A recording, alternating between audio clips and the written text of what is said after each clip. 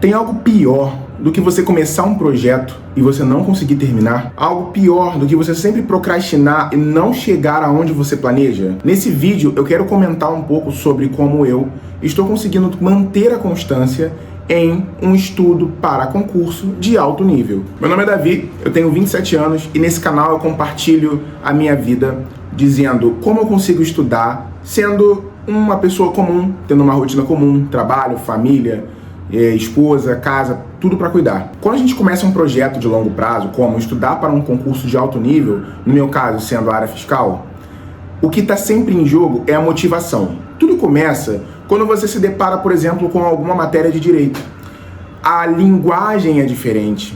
Você sente que você avançar nos conteúdos é bem mais difícil do que você imagina, porque você ainda não tem a bagagem, experiência para poder conseguir passar por aquele material de maneira mais fluida. E aí a motivação ela acaba caindo um pouco e faz você acabar procrastinando ou você acabar parando por um tempo.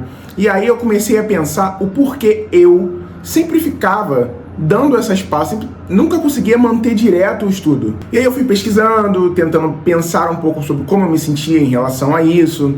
E aí, quando eu pesquiso, por exemplo, na internet, eu ouço muitas pessoas falando de uma palavra chamada obsessão. As pessoas falam que você tem que ser obcecado, né? E quando eu refleti um pouco sobre essa palavra obsessão, eu achei ela um pouco talvez perigosa.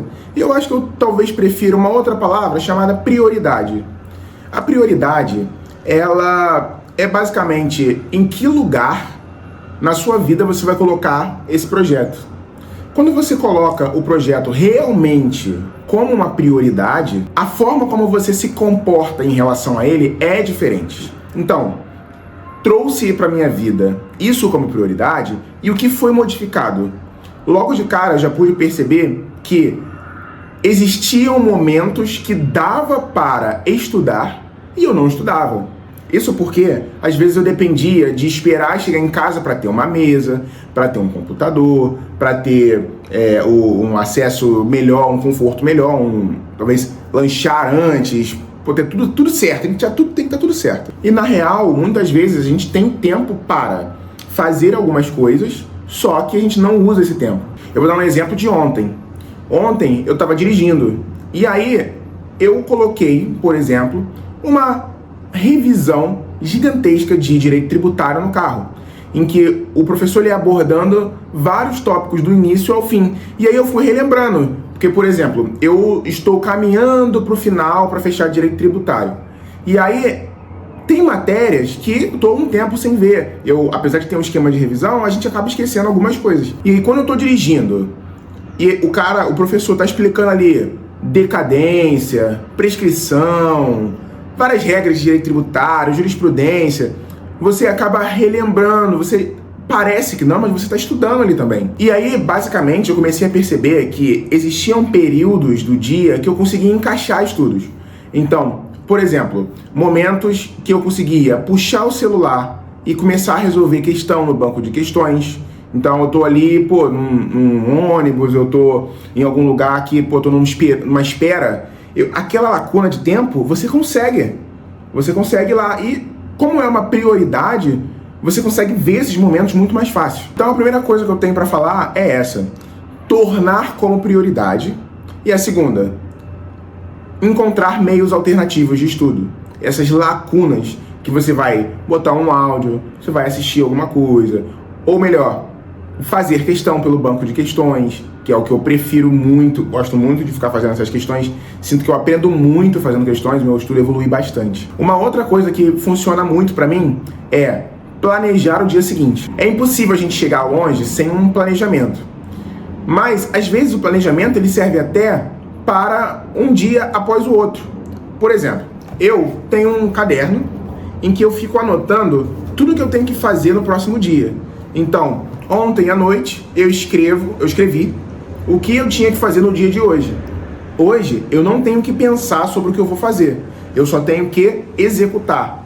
E hoje à noite eu vou escrever o que deve ser feito amanhã. Então se planejar vai te ajudar muito a ser constante, porque você está sempre dizendo para o seu eu de amanhã quais são as regras, o que deve ser feito. você não necessariamente precisa usar um caderno, você pode usar seu celular. Você pode pegar seu celular e aí você vai lá no bloco de notas, em algum aplicativo, e você joga lá, e no dia seguinte você só segue. Então planeje sempre o seu dia de amanhã. E a última coisa que eu gostaria de falar foi um tópico que eu acabei descobrindo meio que sem querer. Que é, eu tenho um amigo que também estuda para concurso. Só que ele não estuda para a área fiscal, ele estuda para um outro concurso. Só que nós temos matérias em comum: português, direito administrativo e tecnologia da informação. E o fato de nós termos matérias em comum faz com que a gente várias vezes converse sobre o mesmo tema. E aí a gente tem como se fosse uma companhia de estudo. Por mais que a gente não estude junto, a gente às vezes debate sobre qual é o esquema de revisão que você está fazendo, está conseguindo avançar, você entendeu isso aqui? Vamos fazer essas questões aqui junto. Essa questão aqui eu não entendi. Então você ter uma companhia para estudar é algo muito positivo. Se você não tem uma companhia para estudar, você pode fazer, por exemplo, como eu fazia, e como eu faço ainda, né? Eu, por exemplo, uso o YouTube como uma companhia de estudo. No YouTube, eu assisto pessoas que já foram aprovadas e dão dicas de estudo, contam um pouco suas experiências, assisto relatos de aprovados, eu acho isso muito legal e motivador.